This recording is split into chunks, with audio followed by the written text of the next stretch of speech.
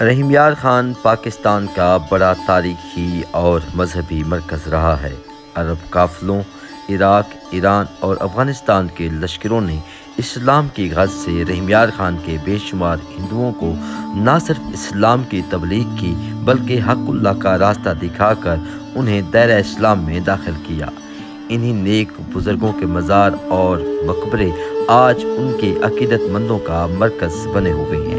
اسلام کے لیے دن رات فکر سوچ رکھنے والے مشہور ہفت زباں صوفی شاعر اور اللہ کے ولی خواجہ عثمان شہید 18ویں صدی کے ایک ایسے بزرگ ہیں جن کی اسلامی خدمات سے آج بھی نظام آباد اور شہید آباد سے اسلام کی شمع پھوٹ رہی ہیں۔ انسانیت کے راستے میں علم اور فن کی مشعلیں روشن کرنے والی تاریخ ساز ہستی حضرت خواجہ عثمان شہید ہیں۔ حضرت خواجہ عثمان شہید 1222 کو کینجر جمال شاہ ضلع مظفر گڑھ میں خواجہ محمد علی کے ہاں پیدا ہوئے۔ آپ چولستان کے مشہور حضرت شیخ عماد الدین المعروف جنرل پیر کے بھائی کی حقیقی اولاد میں سے ہیں۔ آپ کا سلسلہ نسب حضرت امام اعظم ابو حنیفہ سے ہوتا ہوا شہنشاہ ایران عادل بادشاہ 9 شیراں والے سے جا ملتا ہے۔ آپ کی پیدائش کے 3 سال بعد آپ کے والد داغ مفارقت دے گئے۔ آپ کے حقیقی چچا خواجہ احمد یار نے آپ کی تربیت اور پرورش کا ذمہ اٹھا لیا۔ آپ نے ابتدائی تعلیم اپنے چچا مولانا حافظ احمد یار سے حاصل کی، قرآن پاک حفظ کیا، مزید تعلیم کے لیے سفر کیا، داجل میں حضرت مولانا احمد تاجلی کی خدمت میں حاضر ہوئے۔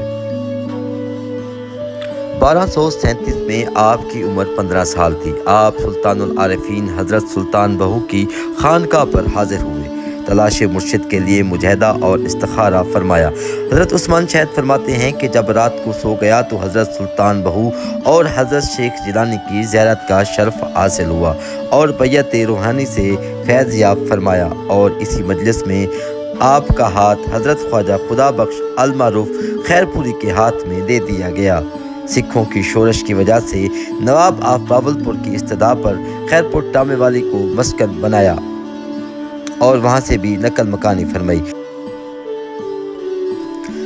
آپ دین اسلام کی تعلیم سے لاکھوں فرزندان اسلام کو علمی تشنگی سے سیراب کر چکے تھے اور بے شمار تصانیف تحریر فرمائیں۔ آپ 1244 تک کروڑ پکا میں قیام پذیر رہے۔ اس کے بعد کوٹ مٹھن تشریف لے گئے، 1248 تک وہاں قیام فرمایا۔ پھر ڈیرہ غازی خان تشریف لے گئے، 1250 تک وہاں رہ کر پھر سلطان العارفین حضرت سلطان بہو کے مزار پر حاضری دی۔ 1256 تک وہاں آپ نے قیام فرمایا۔ 1256 میں حضرت سلطان بہو کے مزار سے حج کی سعادت کے لیے سفر مبارک اختیار فرمایا، مکہ مکرمہ اور مدینہ منورہ میں قیام فرمایا اور ان مقامات کی مصوری بھی کی۔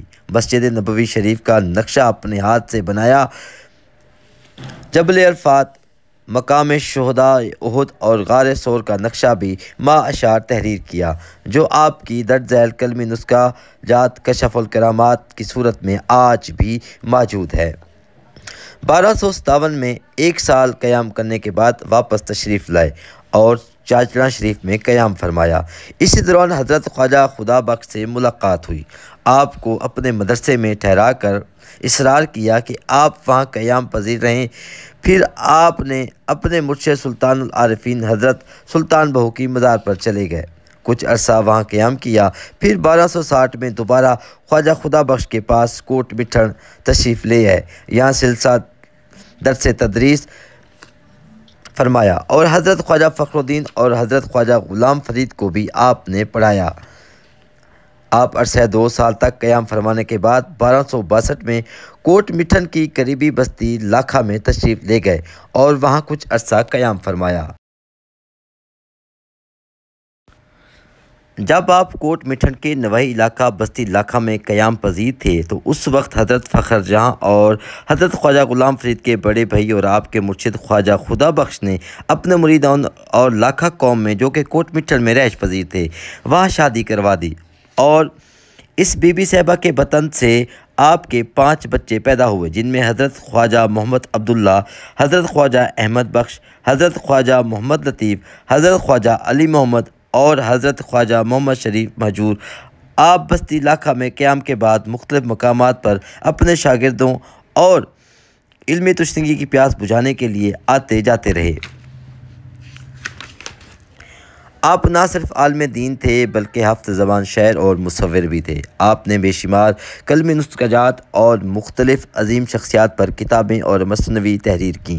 کلمی نسخہ قرآن پاک، مثنوی جلال الدین رومی، داتا گنج بخش حجویری پر رشک المحبوب تحریر کی۔ ولادت نامہ حضرت خواجہ غلام فرید سریکی زبان میں دیوان بھی موجود ہیں۔ آپ نے 100 سے زائد کلمی نسخوں پر کتابیں تحریر کی جو حمیدیہ اردو لائبریری میں موجود ہیں۔ آپ نے فارسی، عربی، اردو، سریکی، سندھی و دیگر زبانوں میں کلمی نسخے لکھے۔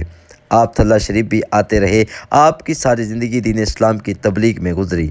آپ کو کان میں شدید تکلیف ہوئی اور آپ اسی درد شدت سے 12 ربیع الاول 1288 کو اس جہان فانی سے کوچ کر گئے۔ آپ کا مزار موضع چوہان لیاقت پور میں موجود ہے جہاں عقیدت مندوں اور مریدین کی آمد دنیا بھر سے جاری رہتی ہے۔ آپ کے سالانہ عرس کی تقریبات 16، 17 اور 18 ربیع الاول کو ہوتی ہیں جس میں مذہبی تقریبات کا سلسلہ جاری رہتا ہے۔ کیمرہ ٹیم کے ساتھ عبدالغفار مہار، رحیم یار خان۔